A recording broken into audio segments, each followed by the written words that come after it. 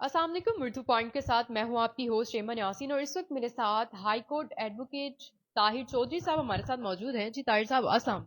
वालेकुम अस्सलाम। आज का जो टॉपिक है दरअसल इस हवाले से कि है कि डकी भाई का केस जो है वो असल में केस है क्या, और रिसेंटली अभी उनका जो वीलॉग आया उस हवाले से क्या इन्फॉर्मेशन है, इस हवाले से ताहिर साहब से बात करते हैं। ताहिर साहब सबसे पहले मुझे ये बताइएगा कि आपने पहले दिन ही डकी भाई का केस पढ़ा और तस्वीर आपने ली। हालांकि आप इस केस को नहीं डील कर रहे थे, लेकिन आपके पास तस्वीर आई और आपने अपने पेज पर भी जो है वो तस्वीर लगाई। तो सबसे पहले ये बताएं कि ये केस है क्या और उन पर इल्जामात लगाए गए क्या गए।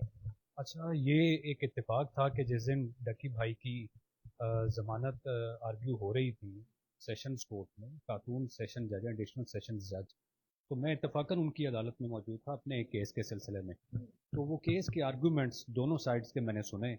तो वहाँ पर मेरा जो ओपिनियन था, मुझे ये था कि ये ज़मानत होनी चाहिए। जिस तरह के जो ऑफेंसेस हैं और जो आर्गूमेंट्स हैं, जो पॉइंट्स हैं, जो कानूनी नुक्ते हैं, लेकिन वो ज़मानत जो है वो जज साहबा ने फ़ैसला महफूज किया और बाद में फिर इसको फ़ैसला जो है वो अनाउंस किया। अब इत्तेफाक ये हुआ कि जब वो रोस्ट्रम से हटे वो वकील साहिबान, तो मैं उनके सामने पेश हुआ। मैंने कहा कि मैंने ये फ़ाइल देखनी है, अगर मैं कुछ पॉइंट्स जो हैं वो मैंने नोट करने हैं, जो जजमेंट्स रेफ़र किए हैं वकला ने, मैं वो पढ़ना चाहता हूँ। तो जय साहबा ने मुझे इजाज़त दी, मैंने वो पिक्चर्स वगैरह ली और फाइल वगैरह पढ़ी, तो मुझे अंदाज़ा हुआ कि बाद में जय साहबा ये जो ऑर्डर डिक्टेट करवाएंगी तो इसमें डकी भाई की आज ज़मानत हो जाएगी। लेकिन बाद में मतलब आपके ख्याल के मुताबिक कि ये डकी बाई का केस इतना हाई फाई नहीं था, लेकिन क्यों बना और पहले दिन ही उनकी जमानत हो जानी चाहिए थी, लेकिन क्यों नहीं। नहीं, पहले दिन तो नहीं। जब ये ज़मानत जो है वो पोस्ट अरेस्ट होती तब है, जब किसी मुलजिम को जुडिशल रिमांड पर जेल भेज दिया जाए। इस केस में दिलचस्प पहलू ये भी है कि ये इस तरह की तकरीबन अपनी नौयत की पहली एफआईआर है जिसमें जुए की ऐप्स की प्रमोशन का जो है वो केस और एफआईआर दर्ज की गई। रूटीन में इतना लंबा फिजिकल रिमांड चलता नहीं है। एफआईए इस नौयत की एफआईआर में 23 दिन तक डकी भाई को फिजिकल रिमांड पर एफआईए जो एहलकार हैं उन्होंने अपनी हिरासत में रखा। और जो चीज़ें वो एफआईए सामने लेकर आया वो तो एक दिन में ही, वो पहले दिन ही उसने सारे पासवर्ड वगैरह और सारी डिटेल्स जो हैं वो उनके साथ वो शेयर कर दी थी। तो इतना लंबा रिमांड लेने की ज़रूरत नहीं थी। तो इस वजह से भी डकी भाई ने कल जो बातें की हैं, तो वो बातें हमें दुरुस्त लगती हैं कि ये रिमांड लंबा खींचने का मतलब ही ये था कि उससे पैसे जो हैं वो निकलवाए जाएं, उससे एक्सटॉर्ट किए जाएं मनी। और वो फिर लालच दे ये दिया जाता है कि आप हमें कोई मामलात मैनेज करें तो फिर हम आपको जुडिशल रिमांड पर जेल भिजवा देंगे, फिर आप एलिजिबल होंगे कि आप पोस्ट अरेस्ट जो है वो बेल फाइल कर सकें। तो ये रिमांड इस वजह से लंबा खींचा गया। मैं आपको बता रहा था कि वो कोर्ट में मेरा ये ओपिनियन था कि ये बेल हो जानी चाहिए, लेकिन जय साहबा ने बाद में जब फैसला लिखवाया तो उन्होंने उस बेल को रिजेक्ट कर दिया।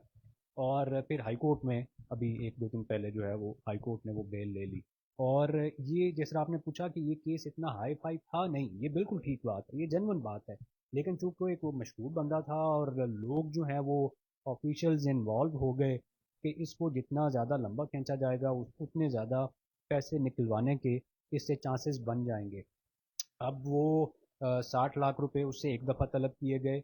और ये सिर्फ हम देखते हैं अक्सर केसेस में कि मुलजिम जो है वो सिर्फ इल्ज़ाम लगा रहा होता है। हर मुलजिम अपने जो आईओ है, जो तफ्तीशी है, उसके खिलाफ बातें कर रहे होते हैं। लेकिन इस केस में हमें ये ऑथेंटिक इसलिए लगती हैं, उसकी बातें जेन्युइन इसलिए लगती हैं कि ये एक पूरा फिर बाद में एक ऑपरेशन हुआ।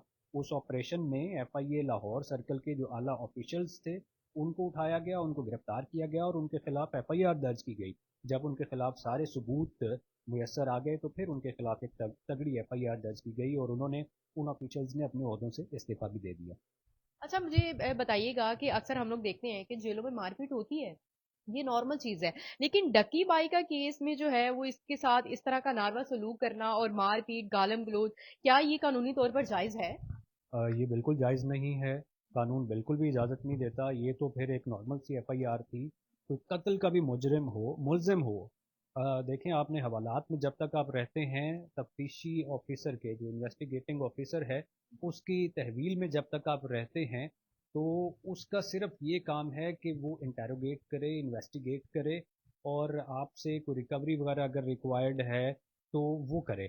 मारपीट या तशद्दुद का इख्तियार उसे کوئی بھی قانون نہیں دیتا، کیونکہ اس وقت تک جو بندہ ہے جو اس کی حراست میں ہے وہ ملزم ہے، وہ مجرم نہیں ہے، ابھی اس کے اوپر الزام ہے، اور ایون مجرم بھی ثابت ہو جائے، اگر کورٹ کوئی اس کو سزا بھی دے دے، اس کو ڈکلیئر کر دے کہ ہاں یہ واقعی مجرم ہے، اس نے یہ جرم کیا تھا، تو تب بھی اس کو جیل میں تو بھیجا جاتا ہے، لیکن اس کو وہاں پر بھی مار پیٹ کی اجازت نہیں ہے۔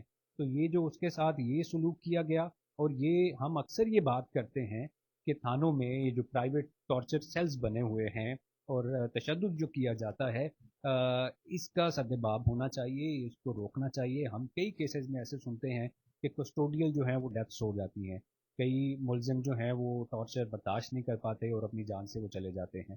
تو یہ تو بہت غلط ہے، ایسا نہیں ہونا چاہیے اور اس کا نوٹس لیا جانا چاہیے۔ اچھا، ویڈیو کالز کرنا وہاں پر اس طرح کی چیزیں الاؤ ہیں؟ بالکل نہیں ہے، آپ اپنے اس تفتیش سے ہٹ کے آپ کوئی بھی، اب جس طرح وہ ایلیگیشن لگا رہا ہے کہ جو ایڈیشنل ڈائریکٹر تھے سرفراز چودھری، انہوں نے اپنے بیٹے کو کال ملائی، 7 سالہ بیٹے کو، اور اس کو کہا، اور ڈکی بھائی کو انہوں نے وہ اس طرح بڑی آکورڈ سی پوزیشن میں بٹھایا ہوا تھا، اور اپنے بیٹے کو کہا کہ ہاں یہ ہے وہ بندہ جس کے تم ویلاگز دیکھتے ہو، یہ بڑا مشہور بندہ ہے، اور پیچھے سے ایک بندہ اس کو تھپڑ مار رہا ہے۔ تو یہ تو ایک جس طرح سائیکوپیتھ ہیں، یہ اس طرح کا کوئی وہ بیہیویئر ہے جو اس کے ساتھ وہ رکھے ہوئے تھے۔ ہم اس بات کو بڑا کلیئر کریں کہ ہمیں ڈکی بائی کا جو کانٹینٹ ہے وہ کس طرح کا بناتا ہے، ہمیں اس سے ہم اتفاق نہیں کر رہے کہ وہ کوئی بڑا اچھا کانٹینٹ بناتا ہے، وہ اس قوم کا کوئی ہیرو ہے یا یہ وہ ایک علیحدہ ڈبیٹ ہے، وہ ایک علیحدہ ایشو ہے، لیکن اس کے ساتھ جو کچھ ہوا، جو اس کے ساتھ زیادتی ہوئی اور جس طرح اس کی فیملی نے سفر کیا، ڈکی بھائی ایک فیمس بندہ، ایک یوٹیوبر ہے، اس کے اچھے فالوورز ہیں، تو اس کے ساتھ اگر اس طرح کا سلوک ہو رہا ہے تو ایک عام آدمی، ایک عام قیدی جو ہے، اس کے ساتھ کیا سلوک اور کیا ظلم روا رکھا جا رہا ہوگا، یہ چیزیں جو ہیں، یہ اس کا ویلاگ جو سامنے آیا ہے، ڈیفینیٹلی جو اعلیٰ حکام ہے اس کے اوپر توجہ دینے کی ضرورت ہے۔ بالکل، اس کے سوشل میڈیا پر اس کا جو ویلوگ ہے، اس 100 دن کے بعد کی خاموشی جو اس نے توڑی ہے، اس کے بعد سے اس نے سلوک بتایا، اپنی ساری جو آپ بیتی ہے وہ ساری اس نے اپنے ویلوگ میں بیان کی ہے۔ تو اس کے بعد کا رد عمل کیا ہوگا؟ کیا وہ کوئی کیس اس بارے میں کر سکتے ہیں یا نہیں کر سکتے ہیں؟ کیا چیزیں جو ہے وہ سامنے آ رہی ہیں؟ اچھا دیکھیں، ایک تو ایک ایف آئی آر ڈکی بھائی جو وائف ہے روپ جتوئی، اس نے ایک ایف آئی آر پہلے سے ہی درج کروائی ہوئی ہے، اور اس ایف آئی آر میں جو ایف آئی اے کے آفیشلز ہیں وہ پہلے سے گرفتار ہیں، اینٹی کرپشن کی ایف آئی آر جو وہ 90 لاکھ روپے کا وہ بتا رہا ہے کہ وہ انہوں نے رشوت طلب کی اور وہ رشوت دی گئی اور اس کے ایویڈنسز موجود ہیں۔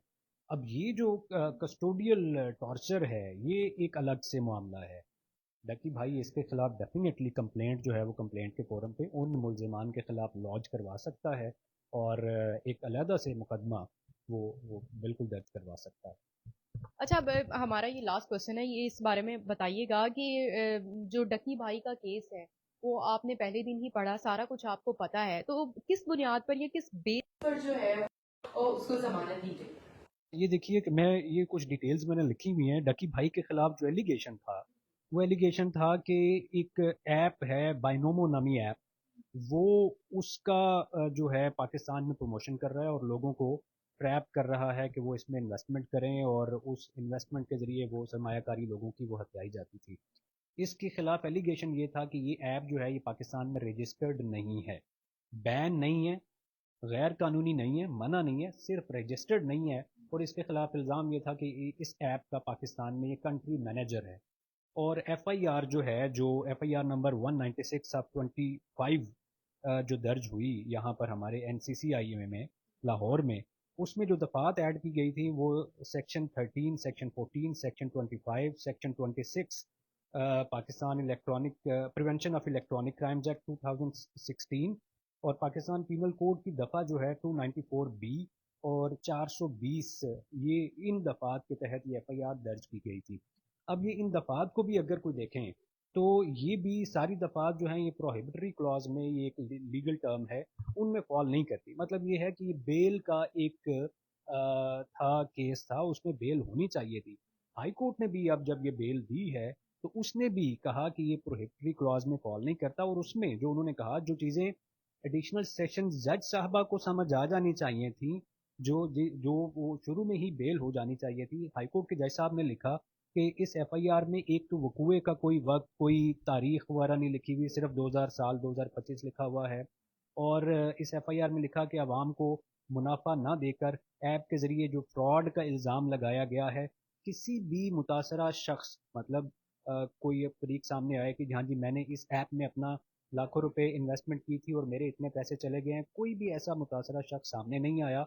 और इन्वेस्टिगेटिंग ऑफिसर ने भी ऐसी कोई कोशिश नहीं की कि मुतासरा जो लोग हैं उनके बयान जो हैं वो कलमबंद किए जाएं, ताकि पता लगे कि वाकई में इतने लोग इससे मुतासर हुए हैं, उनका पैसा डूबा है। तो ऐसा कोई भी उसने फाइल का हिस्सा नहीं बनाया। उसको फाइल को मजबूत बनाना चाहिए था।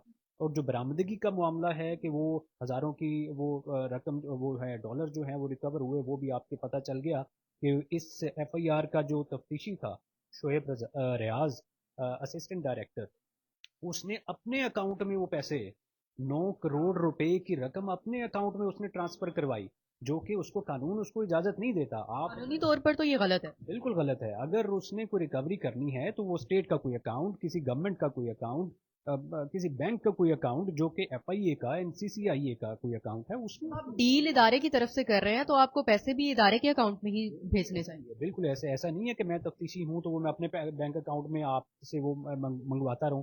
तो जब ये चीजें सामने आई तो फिर उन्होंने उसकी रिकवरी डाल के तो उसको इसी वजह से ये जो एफआईए ऑफिशियल से इनके ऊपर हाथ डाला गया कि भाई किस कैपेसिटी में तुमने 9 करोड़ रुपए अपने अकाउंट में मंगवा लिए।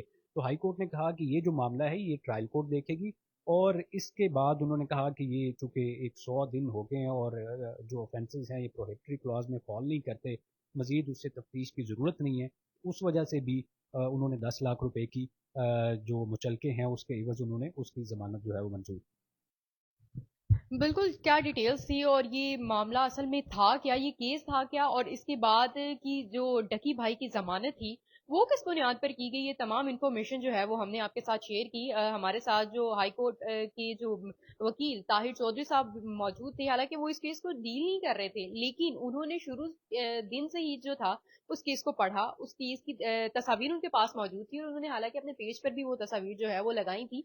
और उनका यही कहना है कि ये केस इतना हाई फाई तो नहीं था, लेकिन इसको हाई फाई बना दिया गया। तो इसी के साथ मजीद क्या इन्फॉर्मेशन मिलती है, आप हमारे साथ रहिएगा और देखते रहिए उर्दू पॉइंट। तब तक के लिए अपनी मेजबान मन यासिन को दीजिए इजाजत। अल्लाह हाफिज।